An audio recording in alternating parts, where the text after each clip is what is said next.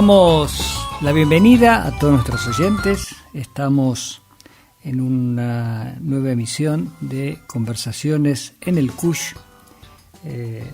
Hoy, después de haber superado algunos pequeños inconvenientes que esperemos que estén resueltos, esperemos que se escuche. Hoy vamos a tratar un tema que ha despertado bastante interés en la difusión previa y que tiene que ver con circunstancias del presente, pero también con cosas que vienen ocurriendo ya hace mucho tiempo. Conversaciones en el CUYH es un programa del Instituto Rodolfo Kusch, de la Universidad Nacional de Jujuy, con sede en Tilcara, y de Unju Radio, la radio de nuestra universidad. Y los programas ya emitidos pueden ser escuchados por la plataforma YouTube en la página de @Instituto Kusch, todo juntito, @Instituto Kusch. Hoy vamos a recibir un joven profesional boliviano que se graduó como sociólogo en su ciudad de origen y residencia, en la Universidad Mayor de San Andrés, y que está finalizando la maestría en Ciencias Políticas en la Universidad Nacional de San Martín en Buenos Aires. Me refiero a Francisco Tupaj García. ¿Me estás escuchando, Francisco?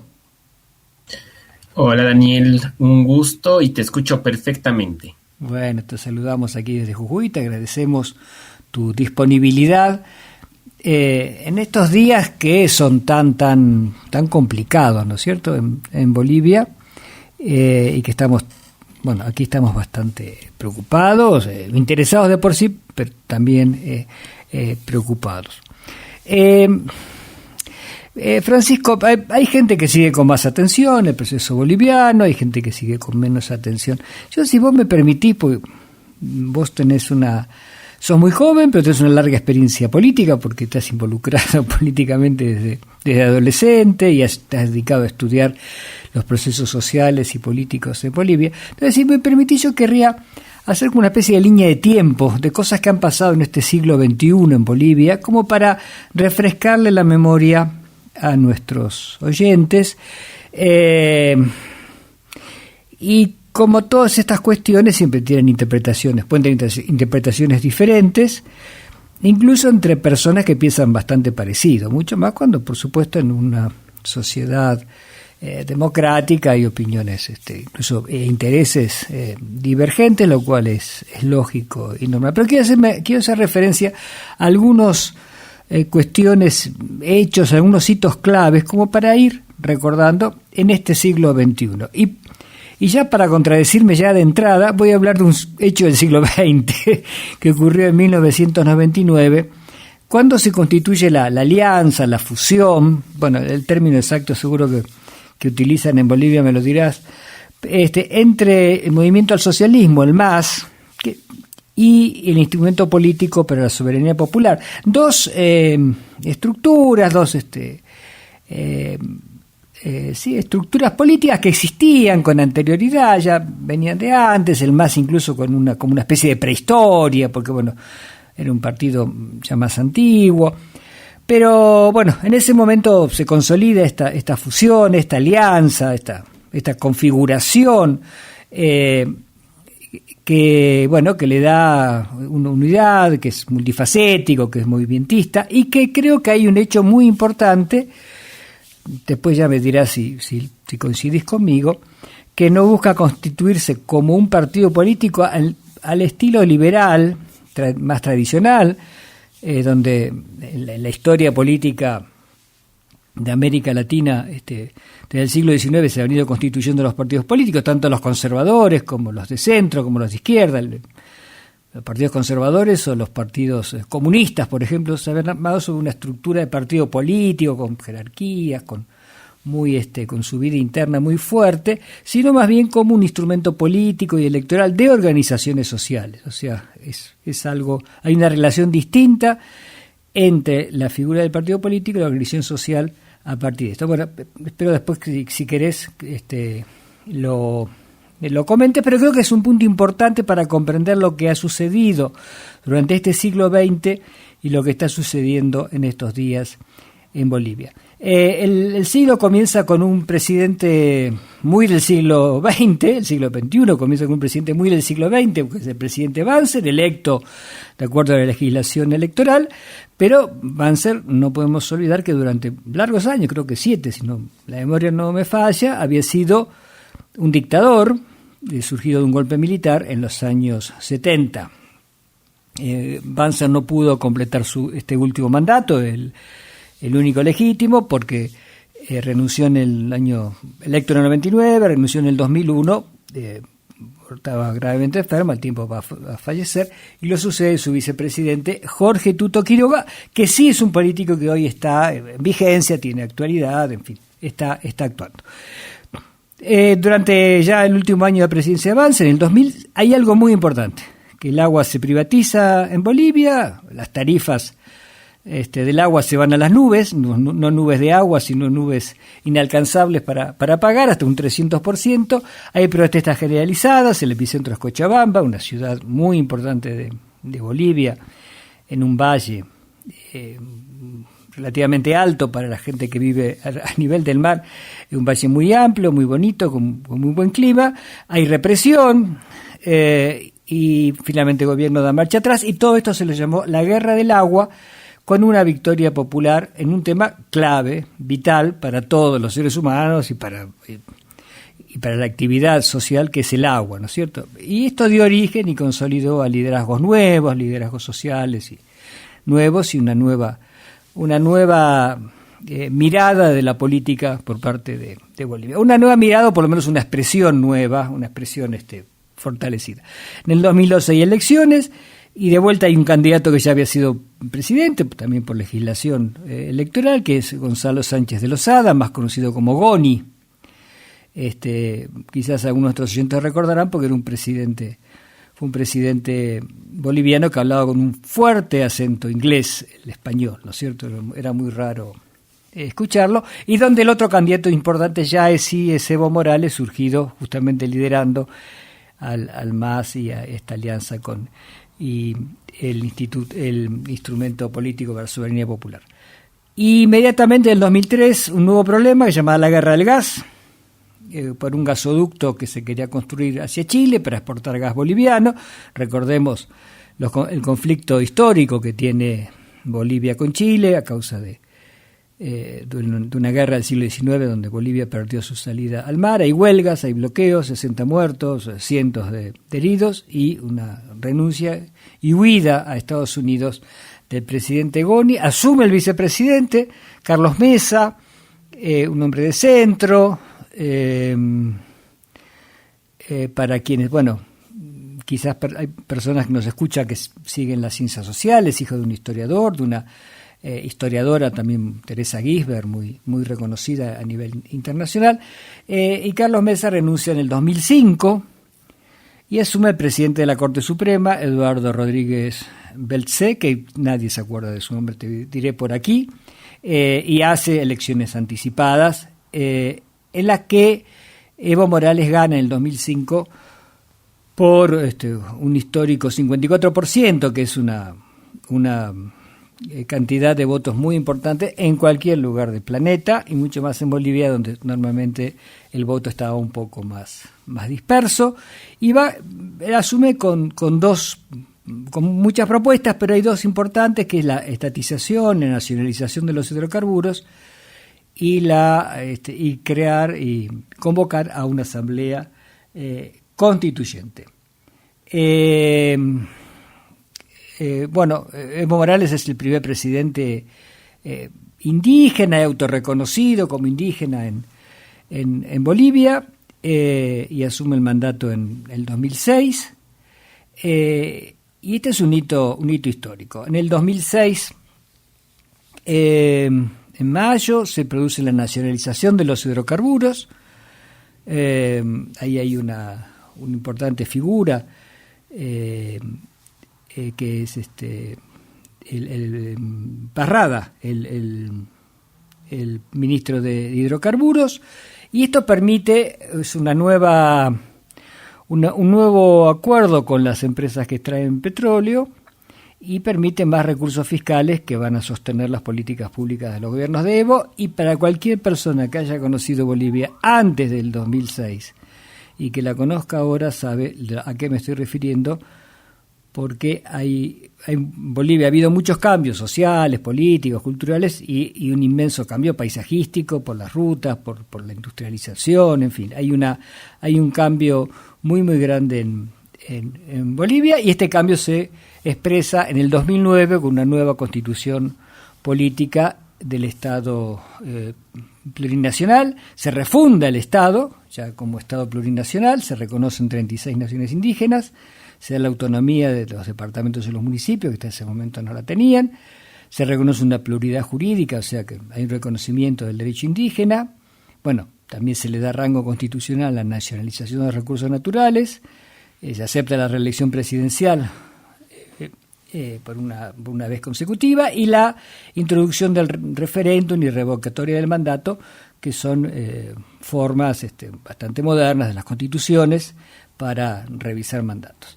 Es un texto constitucional vigente, muy novedoso, que no sigue la tradicional norma de las constituciones latinoamericanas, que en general están muy influenciadas por la Constitución de Estados Unidos, lo cual tiene cierta lógica, porque en el siglo XIX Estados Unidos era el país que tenía más experiencia, la república que tenía más experiencia en constituciones, ¿no es cierto?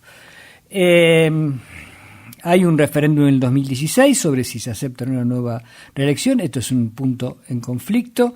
No es aprobado, pero la Corte Suprema cambia esto y autoriza. 2019 hay elecciones, triunfo de Evo, ya no es por esa mayoría aplastante, pero sí triunfa, y cuestionamientos sociales también, políticos. Interviene fuertemente la OEA, que sabemos que es un organismo internacional, para decirlo suavemente, con una fuerte influencia de Estados Unidos, y finalmente un golpe de Estado y una nueva presidenta, la presidenta Áñez, que tiene que convocar a elecciones al año siguiente, nuevas elecciones. Triunfo de Arce, que había sido ministro de Economía en los gobiernos de Evo, por lo menos para algunos de los gobiernos, hacia el final.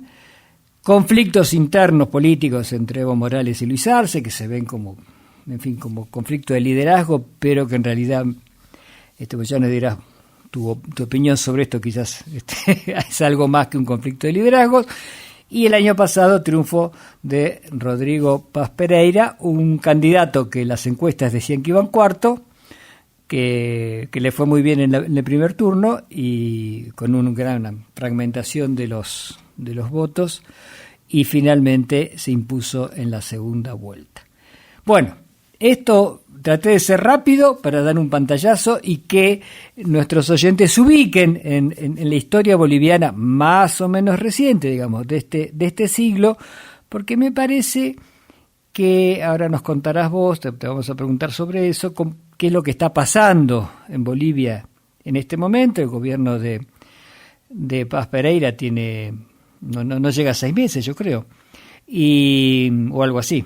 Y sin embargo, bueno, hay una alta conflictividad social, y desde hace varias semanas esta conflictividad se ha manifestado en forma mucho más fuerte, entre distintos sectores, maestros, policías, pero también una fuerte conflictividad por la cuestión de la tierra, y detrás de esto sabemos que van a seguir apareciendo otros temas. Bueno, después de esta introducción que fue demasiado larga, pero quería dar este pantallazo, no tenés por qué estar de acuerdo con todo lo que dije, pero más o menos traté de dar una idea. Te pregunto, ¿cómo ves la situación actual y cómo puede hacer un raconto, Francisco, de la situación, cómo se ha llegado a esta situación tan tensa, tan conflictiva en Bolivia en estos días que nos tiene a todos muy preocupados? Bueno, primero que nada, Daniel, muchísimas gracias por la oportunidad. Un saludo a todos nuestros radioyentes. Me pareció un resumen bastante en tiempos récord de lo que han sido 25 años, probablemente más, de la historia de Bolivia. Entonces, agradecido por ello. Quisiera retomar justamente el análisis donde lo dejaste, en las elecciones del 2025, donde Rodrigo Paz es elegido presidente, porque es ahí donde comienzan los principales nodos de conflicto que vamos a tener ahora en Bolivia.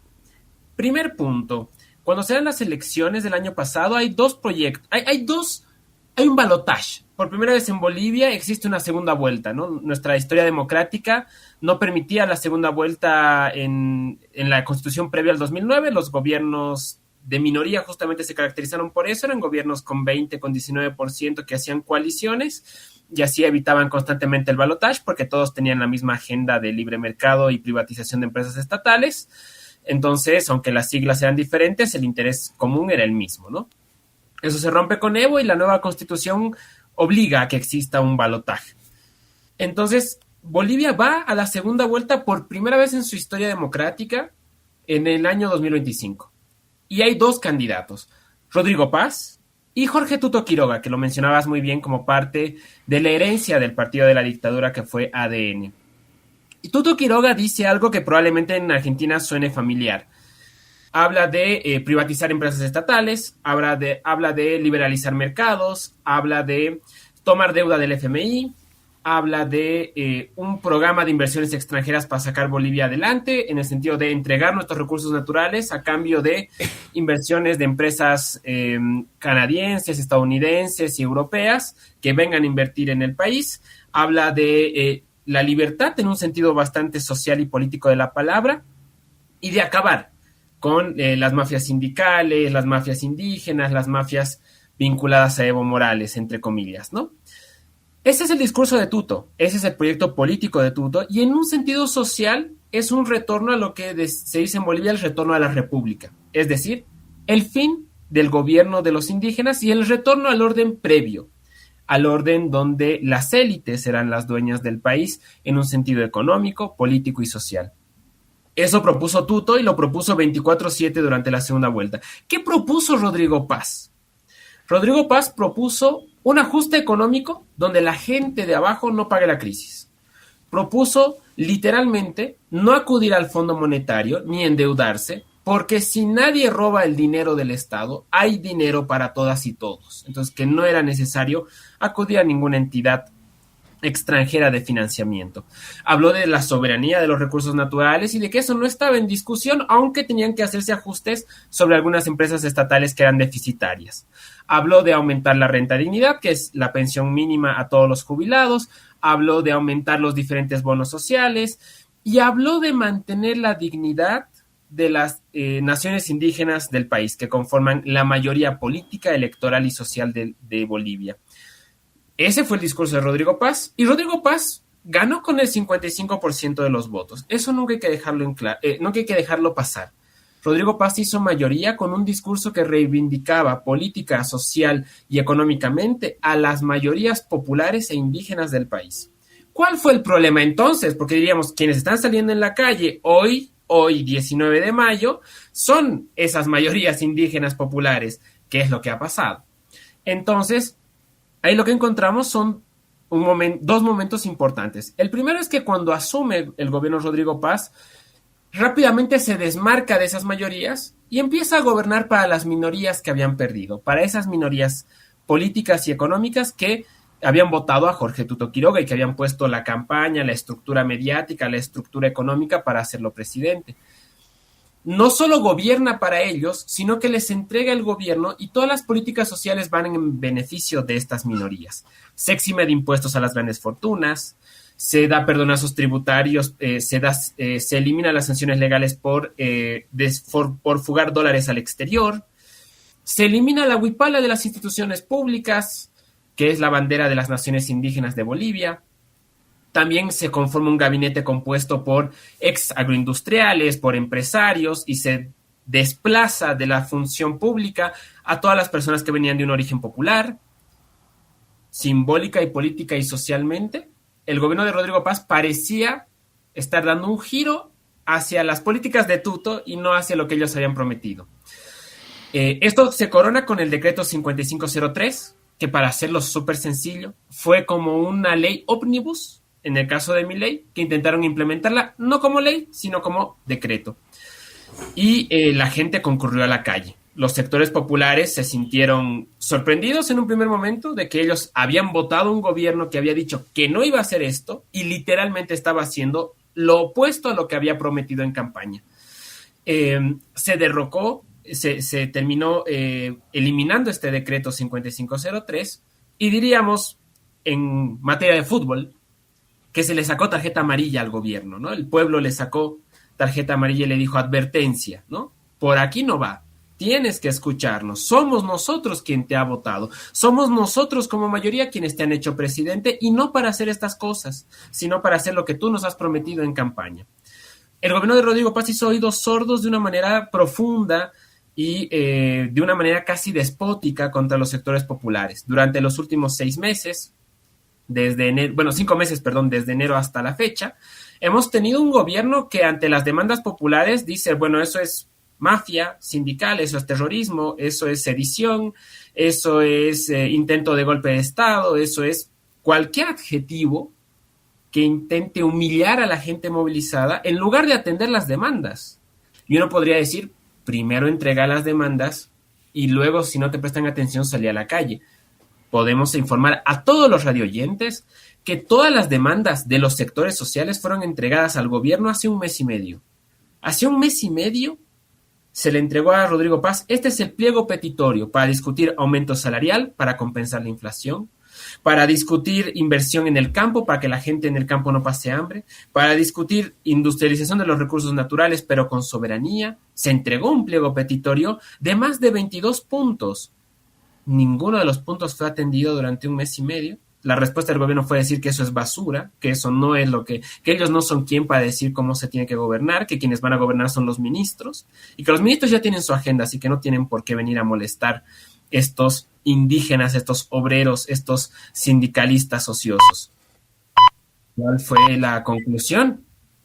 Que ante la humillación, ante el descrédito, ante la marginalidad a la que querían confinar a los movimientos sociales, ellos salieron a la calle, concurrieron a la calle exigiendo lo que no creo yo como ciudadano que es justo, que todos los sectores merecen ser escuchados, que todas las demandas merecen ser escuchadas. No quiere decir que todas las demandas tengan que aceptarse, se tienen que hacer mesas de diálogo, se tiene que entender que en Bolivia todos somos iguales, que nadie es más que otro por su color de piel, por su apellido, por si tiene un título o no, por si vive en la ciudad o vive en el campo, mucho menos aún por si se cree clase media o por si viene de una comunidad de extrema pobreza. Todos somos iguales, dignamente ciudadanos, dignamente humanos. Es un principio, diríamos, casi hasta liberal, que se ha omitido en el gobierno de Rodrigo Paz y que se ha retornado a este orden colonial. Eso, combinado a un malestar económico, caída de 3.3% del PBI, aumento del desempleo a 5%, aumento de la inflación, viene generando un malestar económico en la vida cotidiana de la gente y un malestar político y social de sentirse basureado nuevamente. Y eso es lo que ha llevado a que la gente diga, bueno, doble amarilla, Rodrigo Paz es roja, ¿no? Entonces la gente está en la calle exigiendo su renuncia porque no está dispuesta a volver al orden anterior, que no quiere decir que no hayan 1000 cosas que discutir. Lo que está diciendo la gente es, tú no me vas a volver a quitar la dignidad que yo me he conquistado con sangre. Porque Rodrigo Paz no estaba en los conflictos del 2003 del lado de la gente que moría. Estaba del lado de la gente que mataba como diputado. Y eso nunca hay que olvidarlo. Entonces, Rodrigo Paz, que había hecho un compromiso con la gente, traiciona ese compromiso y la gente traicionada, agredida y empujada a esa marginalidad dice, nosotros vamos a resistir, vamos a combatir, vamos a concurrir a la calle porque somos personas, somos seres humanos y tenemos la dignidad que la hemos conquistado con nuestra sangre, que nadie nos la va a arrebatar. Ese es el trasfondo, un trasfondo profundamente político, profundamente humano, profundamente moral y trastocado por una situación económica de aumento del hambre, de aumento del desempleo, de caída de la actividad económica, de caída del mercado, de la industria privada, de caída del mercado nacional, en beneficio de las transnacionales norteamericanas y canadienses, ¿no? Ese es un poco como hemos llegado acá. Y se ha dado una serie de solicitudes, de pedidos muy sectoriales, que algunos fueron atendidos y otros no, ¿no es cierto? ¿Cuáles fueron atendidos y cuáles no? ¿Y qué pasó? Pues ya es una historia de las últimas... Bueno, después de de ese mes que estás planteando, se desenvolvió con mayor fuerza una serie de conflictos, de enfrentamientos, hasta llegar a este fin de semana, el que pasó. Lo que hemos tenido en estas últimas 3 semanas, que es básicamente cuando el gobierno ha empezado a escuchar, llevamos 3 semanas de protesta en Bolivia. Lo que ha hecho el gobierno primero es dar marcha atrás a una ley de tierras que lo que presentaba básicamente era el avasallamiento sobre las pequeñas propiedades en Bolivia, ¿no? En beneficio de la agroindustria. Era un intento de arrebatarle el Estado la tierra a las pequeñas comunidades para entregárselas al privado agroindustrial. Da marcha atrás con la ley de tierras el gobierno. Eso de manera general como a nivel nacional. Con la policía, que no tenía nada que ver en el asunto, la policía en un riesgo de nosotros nos vamos a amotinar porque la inflación le está ganando a nuestros salarios y nosotros no vamos a permitir, el gobierno concede un aumento del 7% del salario a los policías en forma de bono inmediato, se pagó ahora a mediados de mayo, a todos los oficiales de policía para que ellos no se amotinen. Entonces era un discurso bastante contradictorio. Había dinero para aumentarle el sueldo a los policías, para darles este bono extraordinario, pero no había aumento salarial para los maestros, para los trabajadores en salud, para los trabajadores estatales, para los de las empresas públicas y demás sectores públicos y privados. Ahí el magisterio, los maestros del sistema público hacen una protesta masiva y logran un bono más pequeño que el de la policía, un bono de 2.400 bolivianos, que se les va a pagar a fin de año. Es decir, cuando ya toda la inflación haya licuado la capacidad adquisitiva de ese bono. Esas son las grandes concesiones que ha hecho Rodrigo Paz y nos da un panorama que en realidad las demandas de 20% de aumento salarial para compensar la inflación, no del 2026, Daniel, sino la del 2025, la que todavía no se ha compensado, no ha sido atendido. El aumento salarial está totalmente descartado por parte del gobierno. La atención de todos los pliegos petitorios por sectores ha sido desatendida, con excepción de este bono que se le ha dado al magisterio. La solución al combustible que se lleva... Bolivia está importando un combustible de pésima calidad que está arruinando los motores de todos los usuarios públicos y privados. Ha puesto a la gente en la calle y la respuesta del gobierno es: ahorita va a pasar, ustedes aguanten, ¿no? Entonces no hay ninguna política de solucionar, ningún interés de solucionar esta importación de combustible. Tampoco ha habido, por lo tanto, atención a esa demanda de la gente. Múltiples sectores del transporte público y privado se han movilizado durante las últimas 3 semanas exigiendo solución real a este tema. Ni tampoco se ha atendido todo lo que tiene que ver con recursos naturales y defensa de la constitución política. Entonces, es interesante porque si tuviéramos que hacer un porcentaje, lo que se ha atendido del pliego petitorio es más o menos el 3%, ¿no? Más o menos el 3%. Todas las demás demandas quedan desplazadas y estigmatizadas como un tema de decir, el que protesta es terrorista. Entonces lo que vaya a reclamar es ilegal, es ilegítimo y no vamos a atender. Esa es la política de negociación del gobierno de Rodrigo Paz. Francisco, los conflictos salariales son fácilmente comprensibles, ¿no es cierto?, cuando son de este tipo, porque, bueno, todos los países tenemos o hemos tenido, en fin.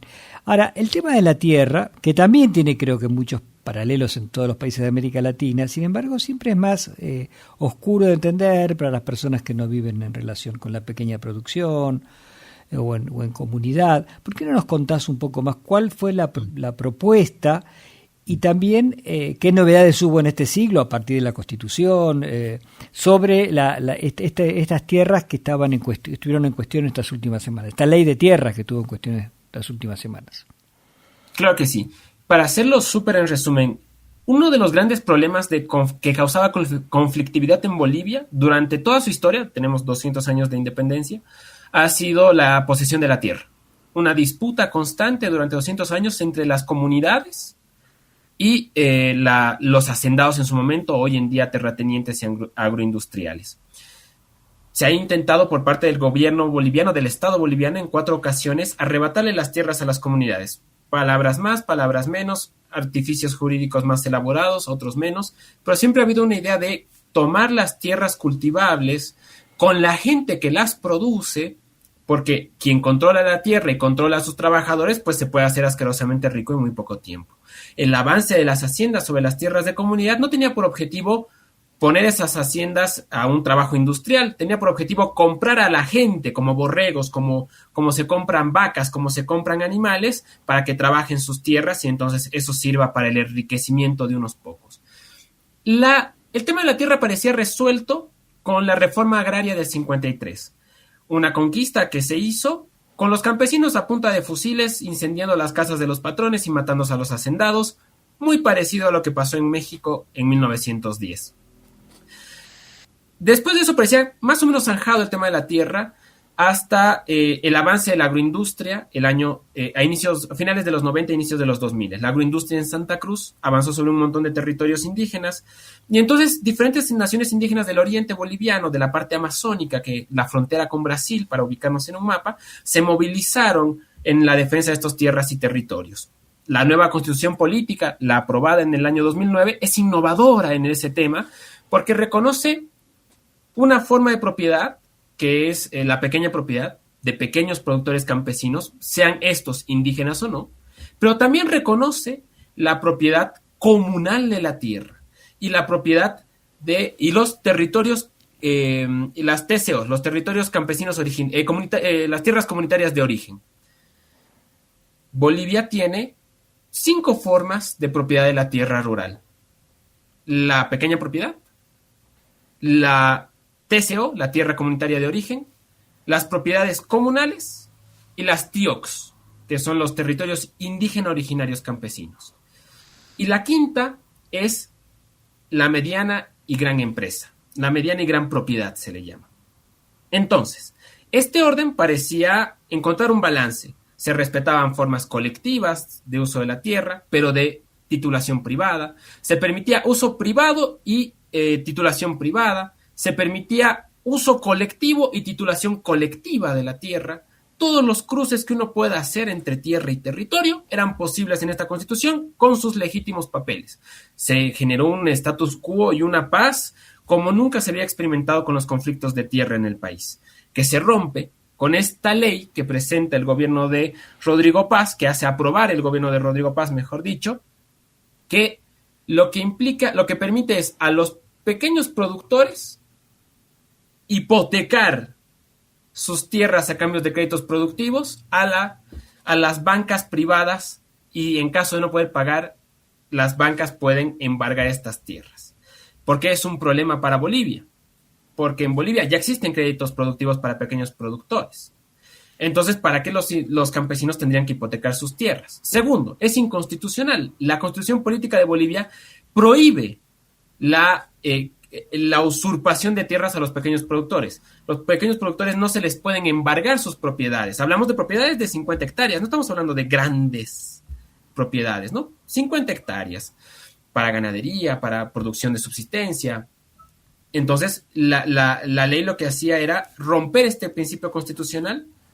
¿Por qué? ¿Cuál era la palabra de fondo? La Fundación Tierra, institución boliviana, una ONG que ve estos temas ambientales y de control de la tierra y de usos de la tierra, identifica en Santa Cruz 2,5 millones de hectáreas de pequeños propietarios, entre comillas, que ahora servían para la agroindustria, que servían como predios de producción de soya, de producción de sorgo, de producción ganadera agroindustrial, pero que en el papel eran pequeñas propiedades. Qué curioso que también la ley de tierras hubiera sido impulsada por el agroindustrial más grande del país, ¿no? Era como la Serenísima preocupada por los pequeños productores de leche cuando ellos controlan el monopolio de la producción de lácteos de Argentina, digamos, ¿no? Entonces, en el caso boliviano teníamos a la agroindustria, a los grandes propietarios de la tierra, peleando, entre comillas, por los derechos de los pequeños productores, y los pequeños productores peleando en contra de la ley porque sentían que la ley vulneraba sus derechos. La solución a esto fue, o sea, esta indignación movilizó a los pequeños propietarios, a las comunidades indígenas, porque además el cinismo de la agroindustria fue decir, ahora como hemos hecho esta ley de tierras, la siguiente ley de tierras va a ser sobre las TCOs sobre las tierras comunitarias, sobre los territorios indígenas, lo cual dejaba en claro una política económica de fondo. La ley de tierras tenía por objetivo blanquear la acumulación ilegal de tierras por parte de la agroindustria y también habilitaba una política de ampliación de la agroindustria sobre las otras formas de propiedad de la tierra. Entonces, esa es la pelea de fondo que hubo, por eso fue también tan combatida, y hubo una marcha del norte amazónico que caminó 600 kilómetros para exigir la derogación de la ley de tierras, y que es la llegada de esa marcha desde el Porvenir hasta La Paz la que comienza la convulsión social que estamos viviendo estas últimas 3 semanas. ¿Cómo es la situación? Ha habido, ahora vamos un poco más a la coyuntura exacta. Este fin de semana, el sábado, si no me equivoco, fue el sábado, o no, del sábado para el domingo, hubo había cortes de caminos, hubo una acción del Estado, ayer hubo fuertes manifestaciones. ¿Por qué no nos pones al día, incluso con lo que está pasando hoy? Y la siguiente pregunta va a ser, ¿cómo te parece que esto sigue en lo inmediato y después cómo sigue ya saliendo de lo inmediato? ¿Qué perspectivas ves a futuro? Claro que sí. Yendo a lo que pasó, lo que tenemos hasta antes del sábado es la llegada de esta marcha del norte amazónico a la cabeza de las naciones indígenas del Oriente a la ciudad de La Paz, exigiendo la abrogación de la ley de tierras. Y tenemos un corte de rutas en La Paz, en el departamento de La Paz, un departamento altiplánico, a 4.000 metros sobre el nivel del mar, donde están asentados principalmente la nación aymara, una nación indígena, que son ellos quienes concurren a los cortes de ruta, exigiendo el cumplimiento de estos pliegos petitorios que hemos hablado anteriormente, y en su radicalización diciendo, bueno, si no nos van a hacer caso, vamos a pedir la renuncia. Entonces teníamos esa movilización que parecía ir creciendo de a poco, que no encontraba muchas recepciones. Para el tema salarial, para el tema estrictamente sectorial, sí habían movilizaciones en diferentes partes del país, pero en esta acumulación, principalmente la ciudad de La Paz, y principalmente el departamento de La Paz y la ciudad vecina de La Paz, que es la ciudad del Alto, donde nuestros radioyentes futboleros escucharán siempre que juega la selección boliviana a 4.000 metros sobre el nivel del mar. Hablamos de la ciudad del Alto, el estadio de Villa Ingenio. Muy bien, hasta el día viernes, sábado en la madrugada, teníamos una movilización que presionaba al gobierno, que exigía la atención a las demandas, que exigía la atención de los sectores populares, pero que estaba confinada en La Paz y que mostraba señales de desgaste. De hecho, las comunidades, las provincias, las comunidades aymaras plantean el sábado en la mañana decir, ¿saben qué? Está muy fuerte, está muy desgastante el corte de rutas porque no estamos pudiendo sacar nuestras cosechas. Hagamos un receso este fin de semana, dejaremos que los alimentos entren a las ciudades, que la gente se abastezca, y después reanudamos con más fuerza la movilización. Ya se estaba discutiendo en los puntos de bloqueo dar esta pausa para poder retomar aire. Y el gobierno, probablemente consciente de ello, decide patear al herido, diríamos, ¿no? Decide esa misma madrugada que la gente se estaba replegando, atacar con policía militar y con policía nacional sobre los cortes de ruta donde estaban madres durmiendo, donde estaban abuelos durmiendo, y son a ellos a quienes se les gasifica, se los patea en la calle, se los arrastra por las avenidas y se los carga a las movilidades para detenerlos. Más de 30 detenidos sin oposición, sin policías lastimados, sin registro de enfrentamientos, gente atacada en retirada. Y eso reactiva la movilización, reactiva el coraje de la gente que dice, oigan, tú no puedes traer policías y militares a mi casa, a mi zona, a patear a mis madres, a patear a mis tías, a patear a mis abuelas que vienen del campo, más aún cuando ellas se están replegando, más aún cuando ellas no están oponiendo resistencia. ¿Cómo vas a ser tan irresponsable, tan poco conmedido para patear gente que no está oponiendo resistencia? Entonces la gente se enoja y comienza la ciudad del Alto, comienzan los barrios populares de la ciudad del Alto a confluir a las avenidas, a enfrentar a la policía, porque también se reactiva una memoria de luchas que data del 2019. Esos mismos barrios son donde los militares fueron a meter bala el año 2019, matando a 38 personas y dejando 800 heridos.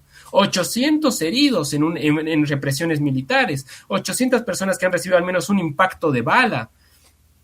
Entonces, esa memoria de militares con sus uniformes disparándole a gente en retirada, dicen no. La gente dice no voy a permitir que esto vuelva a pasar, no mientras yo estoy acá. Entonces la gente confluye a las avenidas, combate a la policía y se reenciende la movilización. ¿Qué ha generado eso del sábado a hoy día que estamos martes? En primer lugar, la irradiación de la protesta. Lo que hemos tenido ha sido que Potosí, un departamento igualmente altiplánico, que no estaba participando en los conflictos, ahora se sume con cortes de ruta. Oruro, que es el tercer departamento altiplánico, se sumó también ahora con cortes de ruta. Los departamentos de los valles como Cochabamba y Chuquisaca se han sumado a la lucha. De un problema que estaba concentrado en el departamento de La Paz, se irradió a otros 6 departamentos. Bolivia tiene 9. Hoy, en 6 de 9 departamentos hay cortes de ruta, movilizaciones campesinas, movilizaciones indígenas y movilizaciones obreras, exigiendo la renuncia de Rodrigo Paz.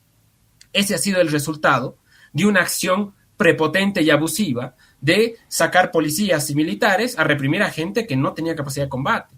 Y el día lunes, el día de ayer, toda esa gente que se concentró en La Paz, que fue reprimida durante el día sábado en la Ciudad del Alto, concurrió a la Ciudad de La Paz en una marcha que no se ha visto desde hace más de 20 años, una movilización de más de 50,000 personas, Daniel. Hace una movilización de 5 marchas que han invadido la ciudad de La Paz, que han invadido la sede de gobierno, el centro histórico de la ciudad colonial de La Paz, donde no había espacio ni para mover una bicicleta. No había espacio ni siquiera para poder caminar de la cantidad de gente que llegaba y llegaba y llegaba, exigiendo el respeto, exigiendo la no militarización, exigiendo el no disparar contra sus casas, exigiendo la dignidad que tienen como todo ciudadano, como toda persona con derechos humanos, derechos políticos y sociales.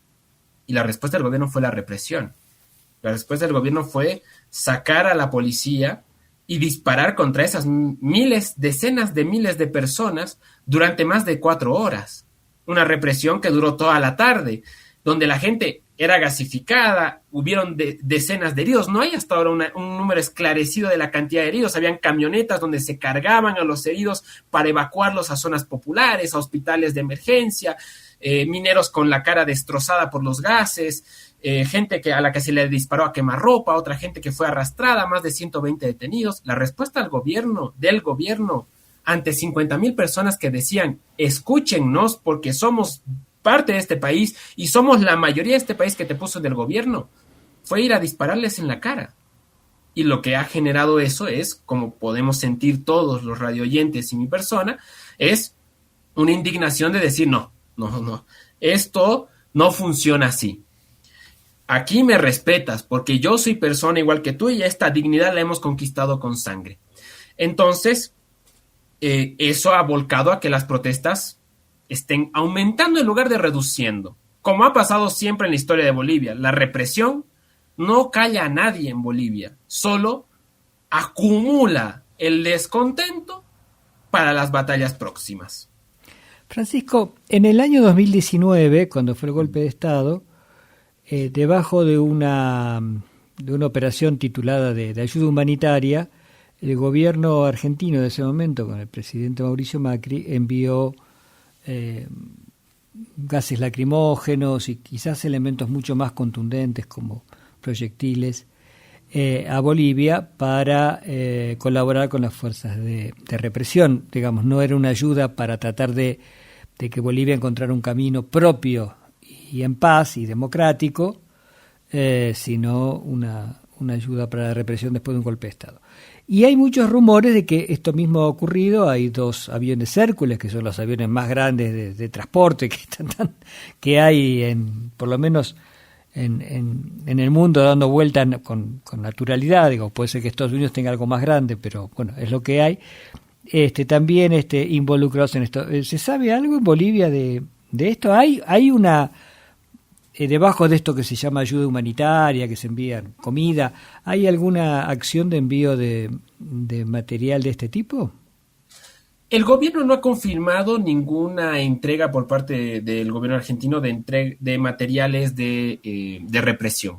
Tampoco tiene mucho sentido que lo hagan porque sería denunciar públicamente que un país extranjero está haciendo política en Bolivia, ¿no? Si hay denuncias, sin embargo, pido revisar a nuestros radioyentes las denuncias hechas por el diputado de Alianza Popular, que se llama Rolando Pacheco, justamente sobre estos arribos, el arribo de este avión Hércules que se supone traía carne a la ciudad de La Paz y cuyas cajas, lejos de parecer carne refrigerada, nos hacen referencia más bien a cajas de uso militar.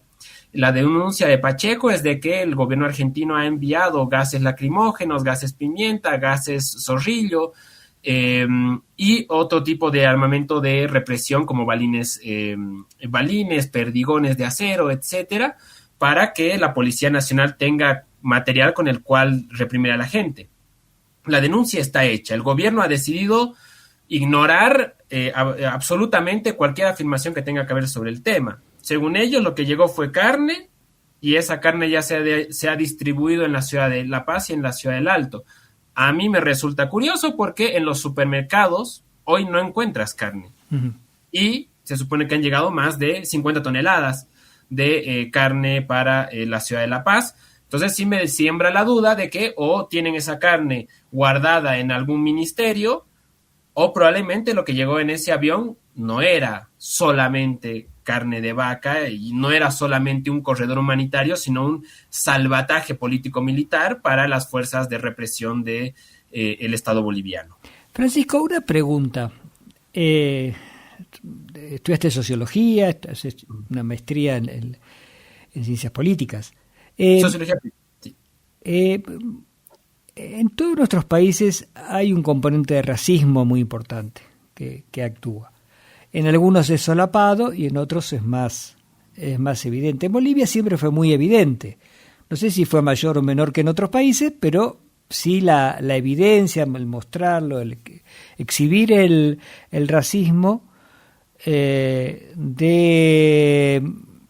sociedades urbanas en general, sobre la población campesina, sobre la población indígena, y en general sobre la población pobre, claro.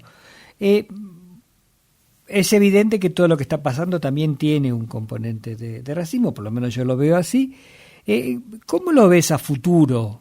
¿Cómo se puede transitar hacia una sociedad más democrática, que acepte el pluralismo y que este grave problema que tenemos en América Latina, repito, con manifestaciones diferentes según cada país, pueda por lo menos ir superándose? Podemos ir avanzando en una mejora en esto.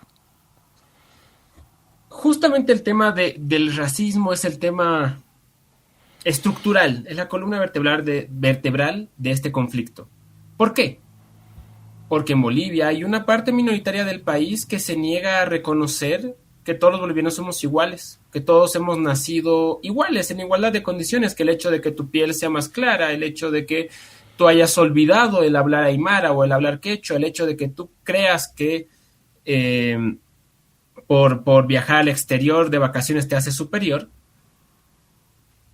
justamente te dé privilegios en la sociedad. Hay una minoría del país que cree que por asumirse blanca, que otra cosa es que lo sea, pero por asumirse blanca, tiene derechos a tener privilegios, tiene derechos a ser gobernante, tiene derechos a ser autoridad política.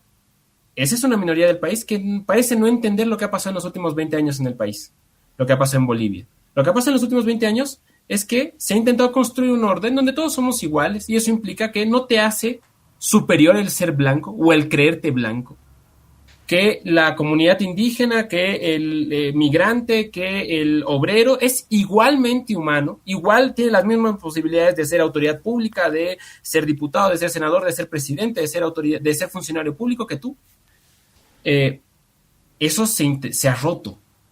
Ese orden colonial que asignaba privilegios por cuán blanco eras y asignaba obligaciones por cuán indio eras, se ha roto.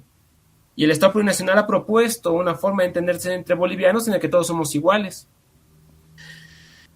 Lo que tenemos desde el 2019 hasta ahora es la negación de esas minorías a acatar este nuevo orden. El 19 lo intentaron eliminar mediante un golpe de Estado. Ahora lo intentan hacer a partir de haber cooptado el gobierno de Rodrigo Paz y de haber logrado que Rodrigo Paz se dé la vuelta y traicione a la gente que lo hizo gobierno. El problema es que es una minoría. El problema es que no pueden ganar una elección en su vida, no han ganado una elección ellos por sí solos. El problema es que la autoconciencia de la gente no está en discusión, ¿no? Entonces, eso nos empuja a un debate que me parece sumamente necesario, Daniel, que es cómo se le explica a esta minoría que ya no es dueña del país. ¿Cómo le enseñas a esta clase media tradicional que ya no son superiores a sus empleadas porque ellos apelliden Mendoza y sus empleadas apelliden Mamani? ¿Cómo les enseñas que no tienen derecho a ser presidentes porque salieron de la Universidad Católica Boliviana o de la Universidad Privada Boliviana?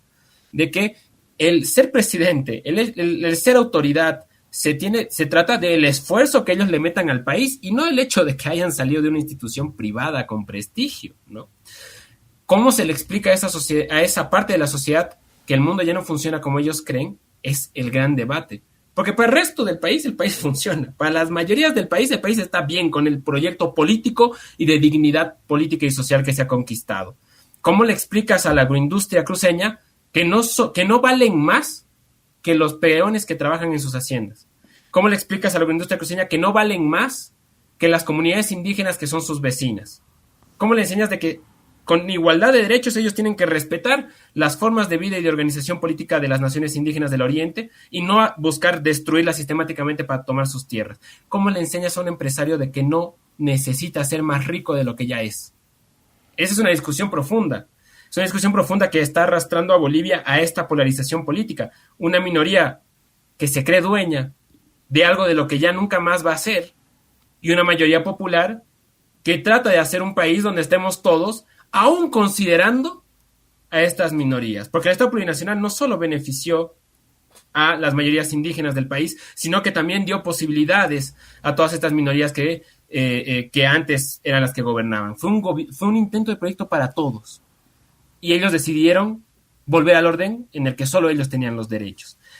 Es una discusión de fondo que yo no sabía decirte cómo se resuelva, pero que sin duda el conflicto que estamos viviendo ahora tiene por eje central esta pregunta. Y sin duda, en la medida que el conflicto avance, va a ir mostrando cuál es la respuesta que da a luz la sociedad boliviana a este debate. Francisco, ya se nos fue el tiempo. Quería señalar que escribiste un libro que has editado el año pasado, que se llama ¿Quiénes dijeron no? Te hago dos preguntas. Una, si en 2 minutos podés resumir de qué se trata el libro. Y 2, si fuera de Bolivia se puede conseguir el libro. Primer punto, el libro trata de lo que pasó el 2019. El 2019, alguna gente dice que hubo un golpe de Estado, lo dicen los estudios más rigurosos sobre la política y la sociedad boliviana. Hay otras partes de la sociedad que dicen que no hubo un golpe de Estado, que hubo un fraude electoral. Bueno, muy bien. Este libro se sitúa en ese contexto de una polarización que va a dar como resultado 38 personas fallecidas y más de 600 heridos, para hacerse una pregunta. La gente que apoyó el cambio de gobierno, la gente que apoyó la represión militar, la gente que apoyó el golpe de Estado, ¿por qué lo hizo? ¿Qué lo motivó? Porque en política es muy fácil decir socialistas malos, liberales buenos, o al revés, socialistas buenos, liberales malos. Pero bueno, ¿por qué? ¿Por qué ese adversario político hizo lo que hizo? ¿Qué lo motivó a validar, a legitimar el asesinato de personas en sus casas, el ingreso de militares a rematar a gente herida en hospitales y en centros públicos? Bueno, entonces el libro se entra en una investigación donde trata de escarbar en las razones de esas personas. Yo soy del proceso de cambio, yo soy evista, orgulloso y defensor de la huipala. Fuimos desde esa posición política a estudiar qué opina el adversario, y el libro ha adquirido una cantidad de referencias positivas de todos los bandos, izquierdistas, derechistas, liberales, cataristas, coloniales, anticoloniales. Es decir, es una investigación que realmente pone los puntos sobre las IES y brinda información para entender por qué esas minorías de clase media blanca intentaron dar un golpe de Estado a Evo Morales el 2019. Ahora bien, ¿dónde se puede encontrar en Argentina? Hoy por hoy no tenemos ejemplares, pero se va a hacer un envío a la Argentina. Entonces, en ese sentido, podemos poner a disposición ejemplares en Jujuy para que nuestros radioyentes puedan adquirirlo. La venta se va a hacer mediante redes sociales, entonces ahí podemos ir organizándonos para que lleguen los ejemplares desde Jujuy hasta Ciudad de Buenos Aires, pasando por todas las ciudades y todas las poblaciones. Bueno, veremos si podemos colaborar en ese circuito para poder acceder a tu libro. Yo tengo la suerte de contar con un ejemplar que me regalaste. Bueno, Francisco, te agradecemos muchísimo tu tiempo en días muy complicados y tu atención. Nos preocupa mucho lo que está pasando en Bolivia. Yo soy de los que piensan que Bolivia siempre va un paso adelante sobre los procesos políticos y sociales en América Latina, no en forma mecánica, pero sí. Suele ir adelante, y recordemos que en 1810 hubo una serie de levantamientos independentistas en el Río de la Plata, en Buenos Aires, en Chile, en Caracas, o alrededor de Caracas ya se estaba levantando Caracas, en México, pero que en Bolivia fue en 1809, un año antes, aunque se terminó de completar la independencia recién en 1825. Pero siempre pienso que está un poquito adelantado y que por lo tanto nos conviene mirar lo que está pasando. Y que por otro lado, para los argentinos, o para los que venimos de esta parte del mundo, en el altiplano boliviano y en el valle de Cochabamba y en los valles y en Oruro, se ha jugado buena parte de nuestra suerte en el pasado y quizás también en el presente. Te agradecemos muchísimo tu colaboración, tu predisposición. No sé si quedó algo en el tintero. Espero que nos puedas visitar, si es posible en vivo, y si no, por la web en algún momento. En primer lugar, agradecido, Daniel, por la invitación, por el tiempo. Un agradecimiento profundo a nuestros radioyentes, a todos los compañeros y compañeras que lo vayan a escuchar. Bolivia y Argentina siempre han sido pueblos muy hermanos. Hemos combatido la guerra de independencia juntos durante 16 años. Nunca hay que olvidar que Castelli combate en La Paz, en el altiplano. Nunca hay que olvidar que Belgrano combate en Potosí. Nunca hay que olvidar que Juana Zurduy, que es combatiente boliviana de la independencia, combate también junto a Belgrano en Tucumán. Y es generala del ejército argentino. Exactamente. Warnes, que es un enviado justamente de Belgrano, va a combatir y morir, y es uno en Santa Cruz, y es uno de los próceres independentistas más importantes de Bolivia. Nuestros pueblos siempre han estado hombro con hombro, y Jujuy, Potosí, Salta y Tarija son muestra de ello, de que las fronteras son realmente una raya en un mapa y no un cambio en las culturas y en las políticas. Somos un pueblo que ha combatido, ha sangrado y ha vencido juntos. Entonces, que nuestra fuerza que estamos transmitiendo como Movimiento Popular irradia a nuestros hermanos de allá, y así combatamos juntos, como nosotros también nos indignamos cuando hay las represiones que han habido, por ejemplo, en Jujuy, en Humahuaca y en otros momentos, donde la policía en su momento ha disparado indiscriminadamente contra la gente, y yendo a hermanos que estaban en su legítimo derecho a defender sus recursos naturales. Nosotros vemos a Argentina y sabemos que Argentina nos ve a nosotros, y hagamos pues entonces una comunión de lucha, de transformación y de coraje para traer mejores días a nuestro continente y traer mejores días a nuestras patrias. Ese sería mi mensaje, y más bien muchísimas gracias. Ojalá podamos estar en persona, y si no, también por virtual, las veces que sea necesario y las veces que sea posible. Bueno, hemos escuchado y hemos entrevistado a Francisco Tupaj García, sociólogo, residente de La Paz, residente en La Paz, que conoce muy bien también la Argentina, porque también ha residido aquí en algunos momentos de su vida estudiando. Muchísimas gracias, y bueno, a nuestros oyentes les decimos que será hasta el próximo martes.